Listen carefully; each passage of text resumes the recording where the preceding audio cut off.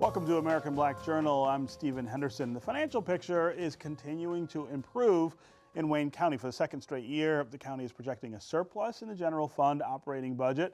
There's also movement on the development front as the county weighs a proposal from Dan Gilbert's Rock Ventures to build a new criminal justice center. The plan also includes the transfer of the county's unfinished jail site, where Gilbert wants to build a soccer stadium. Joining me now is Wayne County Executive Warren Evans. Thanks for being here.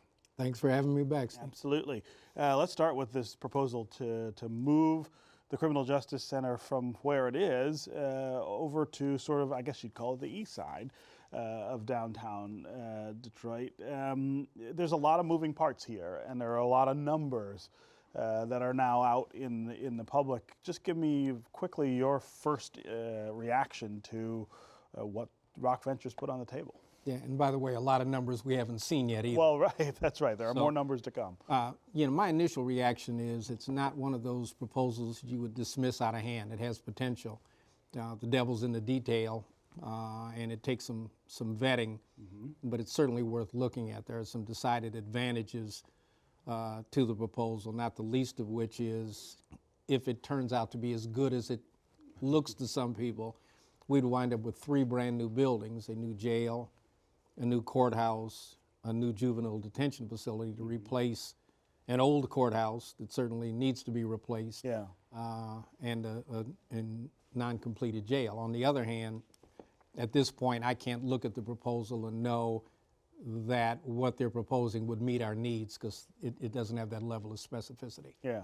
The urgency to get a new jail built, the urgency to improve the conditions for prisoners is, I think, it's got to be the priority for you guys. And I don't think everybody quite understands that there's some court involvement with some of the facilities in terms of oversight because of the way they've deteriorated and the conditions that people are living in. But if you go inside these facilities, especially that juvenile facility, it is really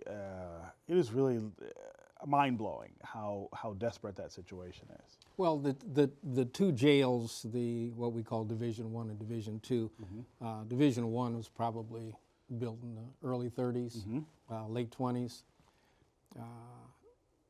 is in deplorable shape. Yeah. We try to run it the best we can.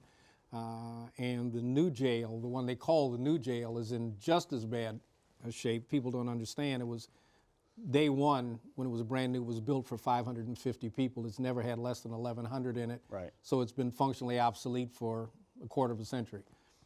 Those 2 need to be replaced. And while I would love to be in the business of not having jails, I think what people don't understand is this is not a new jail added on to what we have. Another complex. Right. This gets rid of 2 functionally obsolete buildings for one that is more modern, better shape, and probably cost less because it'll be designed to be not quite so staff intensive. Yeah, and safer as well for staff as well as prisoners. Particularly with the new electronics and video and audio. Yeah. So talk through what the unknowns for you are in this proposal that Dan Gilbert has put on the table. From sort of an uneducated outsider's view, it looks like he's putting up a lot of money to try to help do this. He's also asking, though, for the county to spend money. What are the things you're looking for to try to make your determination? Well, the first thing is I'm not so sure that you could build 3 facilities that would meet our needs totally for $420 million. Which is the offer that he's made. Our offer has been real clear. All I have is $300 million. Right. It can't get any more than that. But if in fact those suspicions are accurate, then the question is, could we ever get to a deal? And I'll, hopefully we'll talk about that a little later. Is why I'm going down another track with a competing entity. Right. But the main thing is, while you say you're going to build state-of-the-art facilities, what does that mean? How big are the courtrooms? What's the ingress and egress? What are the jail cells going to be built out of? I mean, these are things that both employees and citizens are going to have to live with for hopefully 50, 60 years going forward. And one of the tensions here that I sort of sense is lurking behind all of this is the difference between how you do things if you're a private actor, the way Dan Gilbert and Rock Ventures are, and the way you have to do things if you're government. You can't just throw up a building and call it a jail and put walls in it and say, well, we've got enough cells. There are requirements and protocols that you have to be aware of that I guess I'm imagining they don't quite understand. I think that's partially true. I think another part of it is, quite frankly, governments aren't in the best position to negotiate, build, Right. and create these things. One of the reasons is just the media itself has FOIA opportunities. Sure. It's the media doing their job to be in the middle of the mix. Well, if you negotiate in private, you are not being transparent. Right. And if you negotiate in the newspaper, you're never going to get a good deal. Right. And so, you kind of get caught trying to walk the line to Yeah. do what's in the best interest of the public and still follow the rules that are there for a reason. I'm not complaining about the media's role. I'm just saying it certainly doesn't help me get the best deal in town. Right.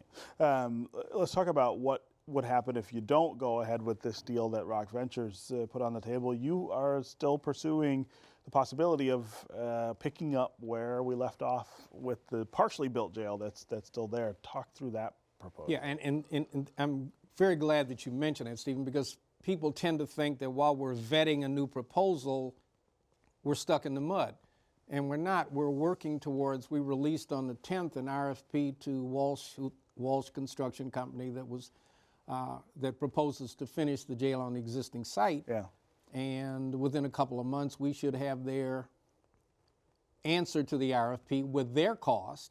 At the same time, I'm vetting the Rock proposal, and hopefully through this process, I can look at Sort of reasonable apples to numbers apples and say, yeah, comparison, what's the comparison here? What's in the best interest of the taxpayer? Because one of the things that I can't afford to do is get caught up in the soccer, that other dimension. That's the personal side of me. I'm a Detroiter. Maybe I'd like to see a soccer stadium. My fiduciary responsibility is to make sure that the taxpayers don't pay for a soccer stadium, but they get a jail at the cheapest cost they possibly can, because in reality, bad money has already been spent. Right. We'll not get that back. Let's not mess up the rest of it. Yeah. One of the things that I think is also complicating this whole idea is the site where the partially built jail sits now is in a really different space than it was when we made the decision to build a jail there. I mean, there's a lot that's happened downtown since then, and I think anybody would look at that site now and say, well, that's probably not the best, highest use for that piece of property. We could put something else there, whether it's a soccer stadium or something else is another conversation.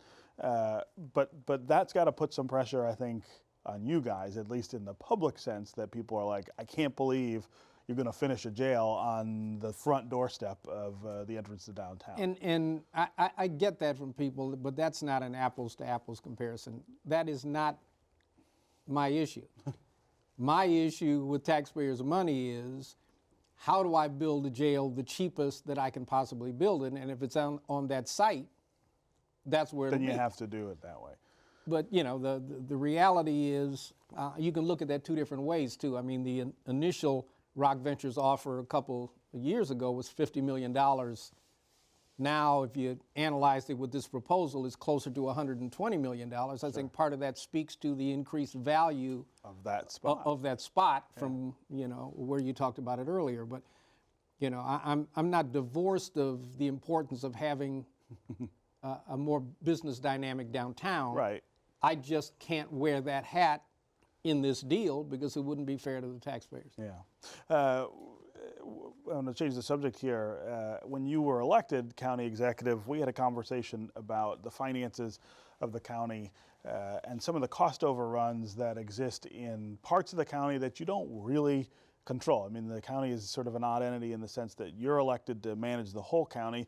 The sheriff is elected to manage the jails and things like that. And then the prosecutor's elected to handle that function. And there, in the past, has been real tension between all of those three partners to try to make things work. Give me an update on where that was. You were pretty optimistic about your ability to to get all of those parties to work together. How's that Worked going? extremely well, and nothing but praise for both the prosecutor and the sheriff.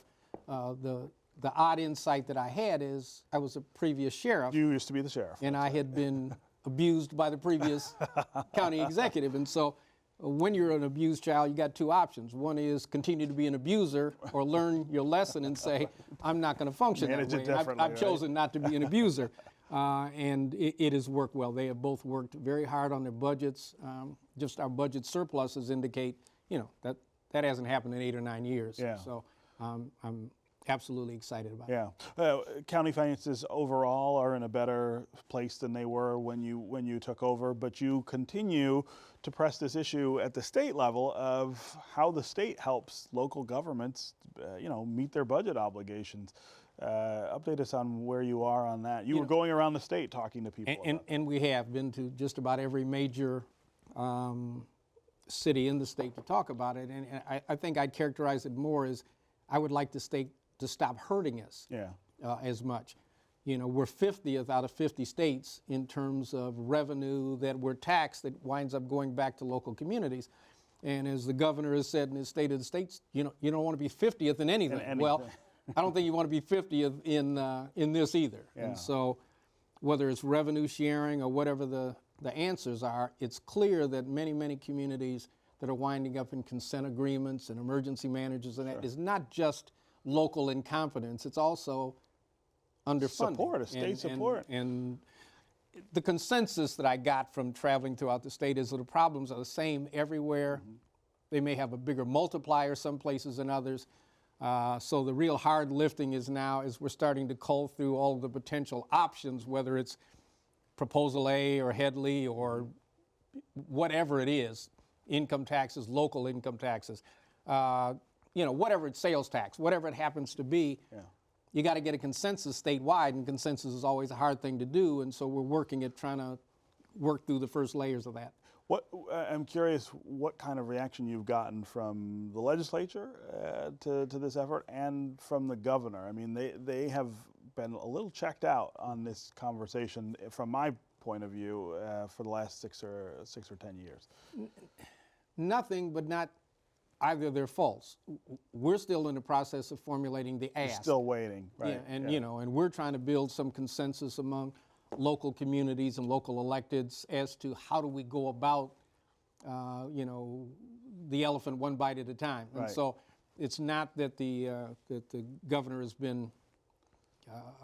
has dismissed it. Yeah. It's just we haven't gotten a good ask. Do you see this as potential for a major rethink of the way we do that overall in the state, the way we transfer money from the state level to local government? Absolutely, and it ought to be a key ingredient in the next gubernatorial election in terms of the stance of both parties are going to be vying for supportive voters. So yeah, I think it ought to be. Whether it is or not, Yeah. I don't know, but I certainly think it ought to be a key issue. Yeah. Okay. Before we go, timetable on this jail proposal. How soon do you think you will be able to say to Dan Gilbert, we got something we can work with here, or I got to move on to another option? I'm always scared of dates, but I would say May 1st at the very latest. We're still going through the contracting process now to bring on the people to vet the rock proposal. Right. And we've just put out the RFP to Walsh. And so I would say in the next 60 days, we'll get responses there and we'll be able to do an apples to apples comparison and figure out where we need to go. And timeline for new jail to open at either site with courthouses? We're talking years there, right? Well, if we started with Walsh, we would start construction this year with a completion date, I think, at the end of next year, if I understand correctly. If I'm doing the math correctly. Right. And I think if it wound up being the rock proposal, it would probably delay the finish one more year. Okay. Which, again, the Something you have to consider. right. I mean, you remember we're paying over $1 million a month On the right now in bonds that debt were service sold, for theirs. So Yeah. the main thing is get something moving. Okay. All right. As always, thanks for being here. Thanks for having me. Absolutely.